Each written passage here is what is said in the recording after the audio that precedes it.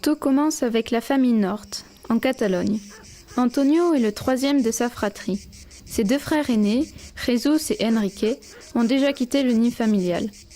À présent, il ne reste plus que lui et ses parents, Jaime et Maria. En 1936, Antonio a 16 ans.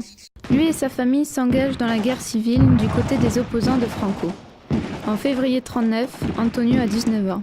Il participe à la bataille de l'Ebre. Mais les républicains perdent et il doit fuir en traversant le fleuve à la nage, sous les coups des mitraillettes. Bien plus au nord, en France, Gaston est un jeune breton de 22 ans qui travaille au champ. Il vit une vie paisible à la campagne. Nous sommes en 1939. De son côté, Antonio s'enfuit avec sa famille et traverse les Pyrénées en mars de la même année. Gaston part à la guerre. Il participe aux brefs combats dans l'espoir de repousser les Allemands.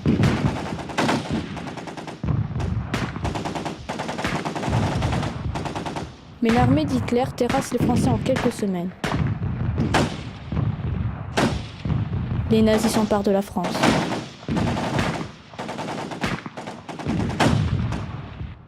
Arrivée en France, la famille Nort est dirigée par les autorités françaises dans des camps de concentration. Antonio est séparé de sa famille et entre dans le camp d'Argelès-sur-Mer.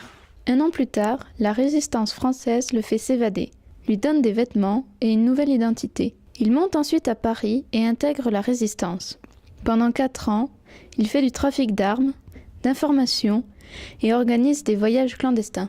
De son côté, Gaston et ses camarades sont faits prisonniers de guerre et ils quittent la France. Arrivé en Allemagne, Gaston rejoint une prison de captifs de guerre.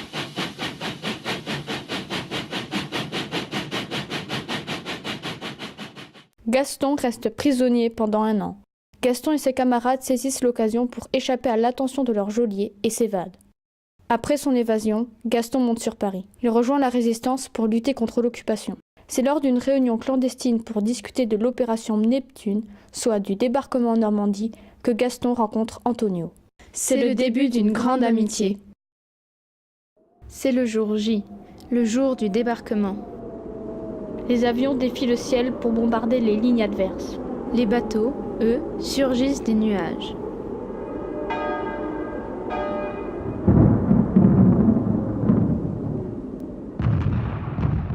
Antonio et Gaston prennent part à la libération de Paris. Le 8 mai 1945, les nazis sont défaits. Les nuages noirs s'éloignent de la France. Depuis ces événements, l'amitié entre Gaston et Antonio n'a jamais failli.